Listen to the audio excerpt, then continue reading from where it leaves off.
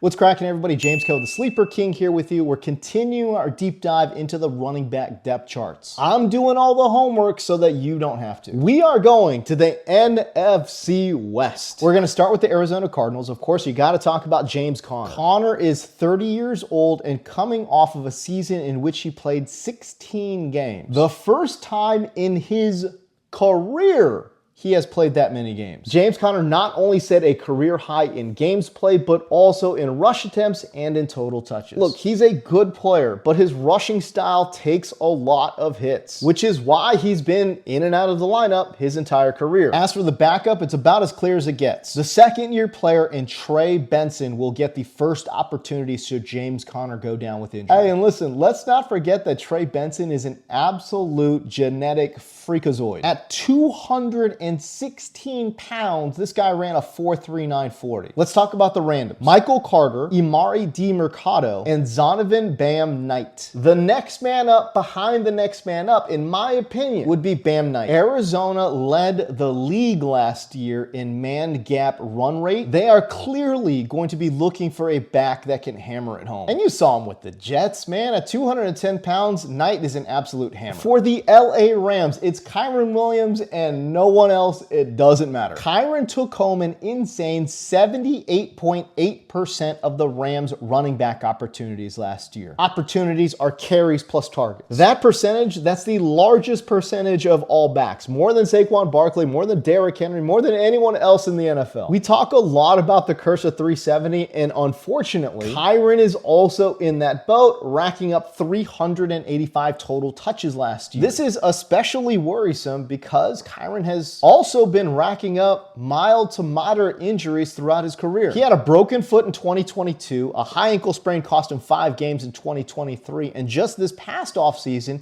he needed surgery to repair a broken hand. Look, I love a good high-risk, high-reward player, but even at cost, I'm not getting on board. In terms of the backups, it's Blake Corum and Jarquez Hunter. Both of these guys are high-quality players. Both of these guys are completely irrelevant so long as Kyren Williams is on the football field.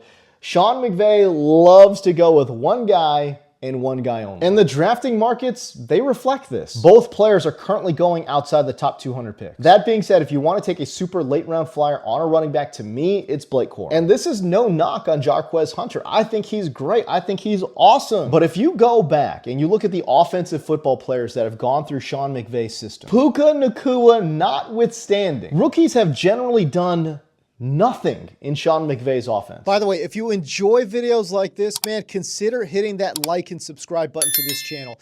And right now, RotoWire is going to give you 15% off any RotoWire subscription by using my code, KOH15. That's KOH 15. Check out RotoWire's draft kit, their mock draft simulator, and of course, all the rankings you need from some of the best analysts in the game. We go up to the Pacific Northwest. We're talking about the Seattle Seahawks. And let me tell you something, man. I love this pairing of Kenneth Walker III and new offensive coordinator Klint Kubiak. Klint Kubiak, much like his dad, runs primarily outside zone. We are talking about a coach in Klint Kubiak who has generationally run outside zone. Clint's dad, Gary, again, made a name for himself. I mean, a long tenured NFL career running outside zone. That's why of all the running backs on this roster, Kenneth Walker, to me, is the clear-cut favorite to be the lead back. He's a much more fluid athlete than Zach Charbonnet. And listen, I get it. Health is a concern. Kenneth Walker missed 6 games last year. I'm just not buying the hype around Zach Charbonnet right now. I could see Charbonnet being used in short yardage, and yeah, I could see him being used around the goal line as well. But what I don't see is him threatening KW's starting job. If Walker does stay healthy, watch for him to significantly outperform his mid-round RB17 price tag. As a matter of fact, bold call, Kenneth Walker III, if he plays 15 or more games, will finish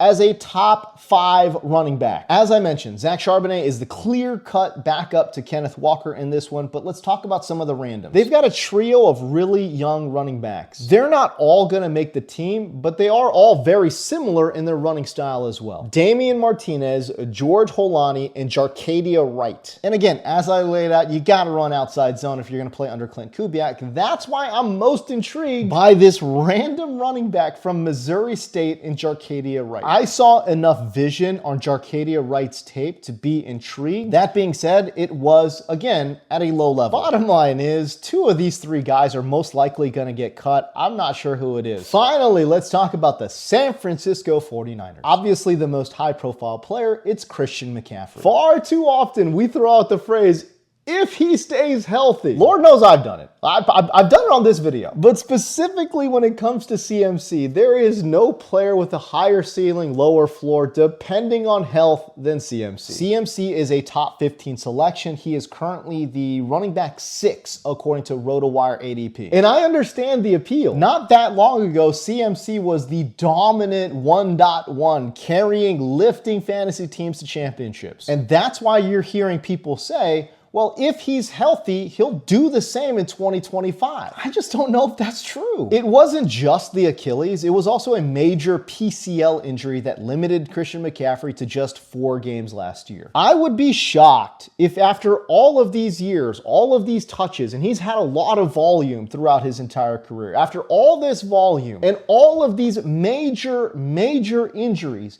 that at the age of 29, Christian McCaffrey finds the form that he had 2 years ago. We're not expecting to see it from Nick Chubb in Houston. And as a matter of fact, we're not seeing it from Nick Chubb in Houston. And yet, we are expecting that of Christian McCaffrey in 2025. He's an all-time great. He's a future Hall of Famer. But again, too much wear and tear, age of 29. You're not even getting that heavy of a discount on his services. Let's talk about the San Francisco backups. Isaac Guerendo is an insane athlete, 221 pounds. He ran a 4.33 40. But the man cannot stay healthy. A shoulder injury is the latest setback that will keep Isaac Guerendo out of training camp for the next few weeks. So right now, I'm looking at Jordan James out of Oregon. He's obviously not the level of athlete as Isaac Guerendo, again, who really is. But after charting him, I can honestly tell you he is a rock solid player that, if given an opportunity, could be the latest Shanny system back that crushes ADP. Among all the guys that I charted last year, he ranked 1st out of 12 in man gap success rate. He ranked 1st out of 12